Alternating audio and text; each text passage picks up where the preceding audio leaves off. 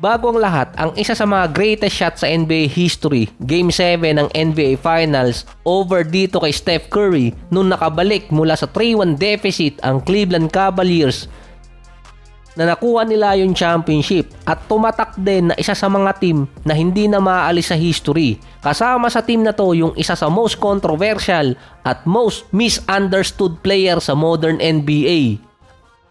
Ang kwento kasi ni Kyrie hindi lang tungkol sa basketball, greatness, controversy, redemption, pero isa sa pwedeng mangyari sa isa sa mga player ngayon nangyari kay Kyrie pero nakabalik pa rin siya.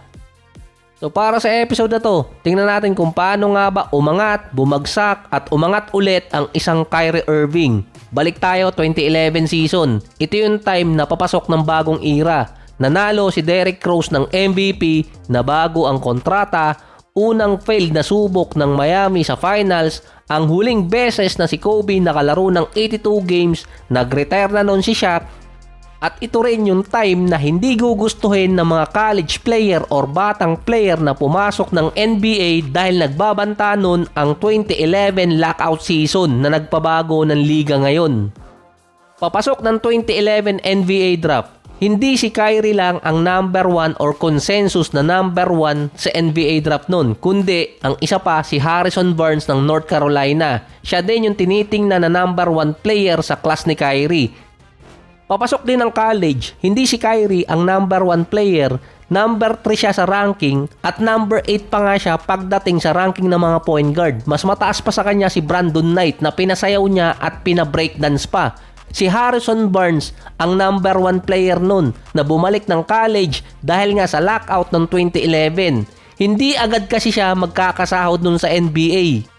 Kung sakaling sasali agad siya sa NBA draft, potentially isa siya sa pinagpipilian na maging number 1 overall. Kaya nakakapagtaka rin yung sinabi niya magpapataas muna siya ng draft stock kaya siya nag-withdraw. Kasama din siya kasi sa number 1 hanggang number 5 nun. At isa pa doon, pumangalawa si Jared Salinger sa mga nag-withdraw noon na potential number 5 pick na nagka-injury siya nung sumunod na taon kaya bumagsak ang ranking niya. Yung isa pang player doon na kasama sa top pick ay si Terrence Jones. Kilalang kilala to ni Calvin Abueva. Potentially lottery pick talaga siya ng 2011. Bigla siyang nag-withdraw at bumagsak ang draft stock niya noong 2012.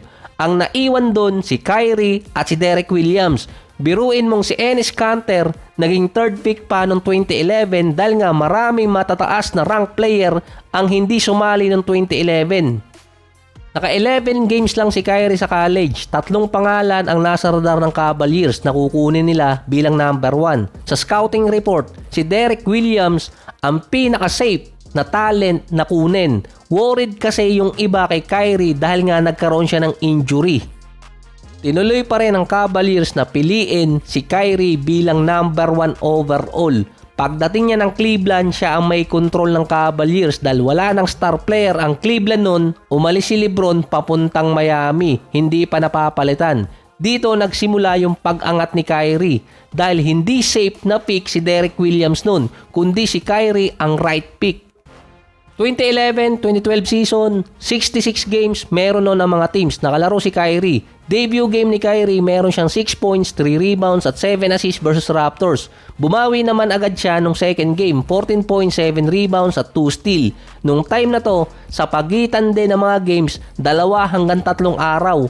Nag-average pa si Kyrie ng 18 points, 3 rebounds, 5 assists, 1 steal at nanalo bilang Rookie of the Year.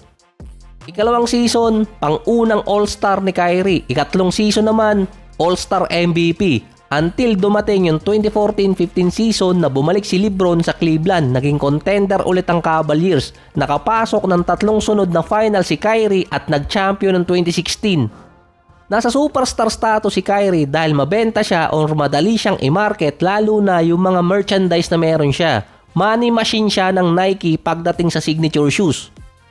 Ng 2017, nung talunin sila ng Golden State, dito nagsimula yung downfall or sabihin na lang nating isa sa misunderstood star ng NBA. Mahirap nang intindihin si Kyrie nun. na kapag ginawa to ng ibang mga player ngayon, malamang iwasan siya ng mga team. Ang reason kaya umalis siya ng Cleveland noon, ayaw niya maging sidekick dito kay LeBron. Andun din ang rumors na posibleng i-trade siya ng Cavaliers sa dahilan na baka umalis si LeBron noong 2018 na nangyari naman. Dito naging komplikado ang personality ni Kyrie at na-trade siya papuntang Boston.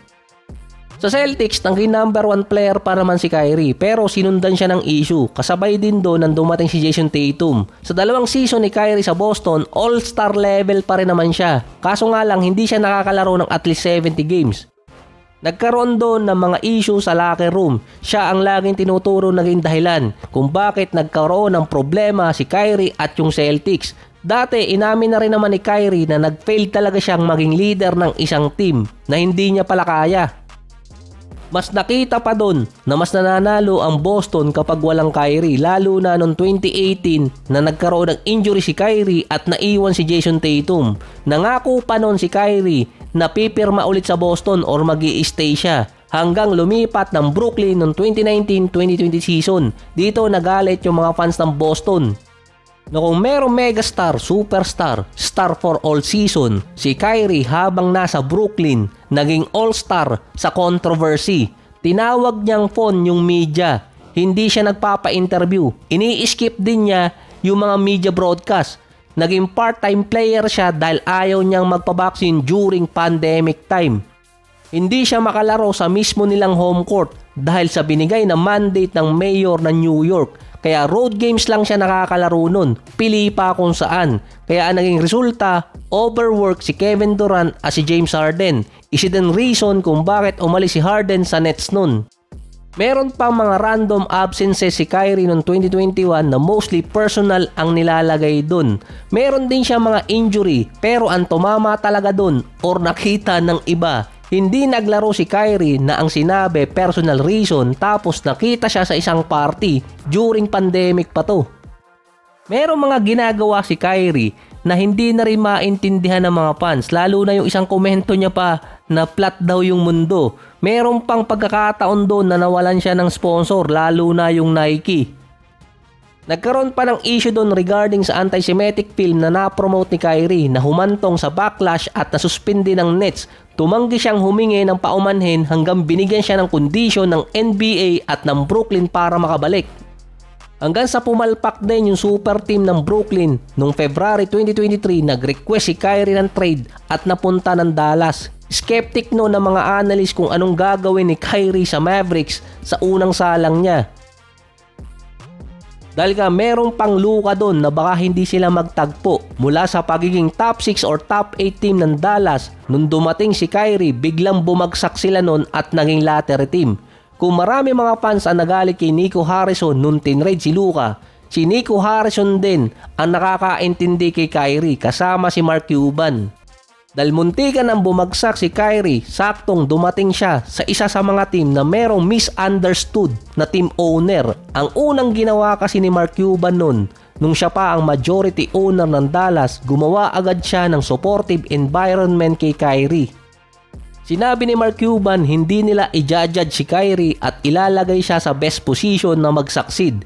Inavoid ng Dallas ang kahit anong media controversy kay Kyrie at sinabi nilang basketball team sila, hindi sila pang headline. Saka si Mark Cuban ang isa sa pinakamatinding team owner. Ilang beses siyang namultahan ng NBA dahil sa pagiging taklesa. Siya ang may hawak ng record na may pinakamaraming multa bilang team owner. $2.2 million na sa loob ng mahigit 20 na punishment. Outcast si Kyrie sa NBA or sa mga player, outcast naman si Mark Cuban sa NBA at sa mga team owner dahil kakaiba yung datingan niya. Kahit na ibenta na ng Dallas, ginawa pa rin ni Mark Cuban na magkaroon si Kyrie ng personal chef na kasama niya kada game or sa road game, especially sa Ramadan dahil wala namang team ang gumawa kay Kyrie nun. Si Mark Cuban din yung isa sa mga team owner na kahit kasagsagan ng issue kay Kyrie, wala siyang sinabing masama laban sa kanya. Hanggang ngayon, supportive pa rin si Mark Cuban or yung Dallas kasama si Nico Harrison kay Kyrie kahit meron siyang injury. At walang sinasabi ang Dallas na mamadaliin nila si Kyrie. Nasa kanya ang desisyon. Si Mark Cuban yung isa sa pinaka-vocal na team owner. Kumbaga, siya yung lagi mo makikitang team owner dati na nasa interview kaya nagkokos ng multa sa kanya. Siya din yung vocal na tinuro niya yung sarili niyang naging dahilan or hindi sumang-ayon sa trade ni CP3 papuntang Lakers kaya hindi natuloy. Nangyari yung trade na yun 2011 nung pumasok si Kyrie sa NBA na i-connect pa rin talaga. Nakapasok si Kyrie sa NBA Finals after ng ilang teams na napuntahan niya. One step closer na sana sila sa championship nun based sa traction ng career ni Luka. Meron kasi siyang in-between season. Kung nagstay si Luka sa Dallas or hindi siya itinrade, may iwasan yung injury kay Kyrie at yung 2026 ang possible winning time ni Kyrie sa Dallas na sinimula ni Mark Cuban.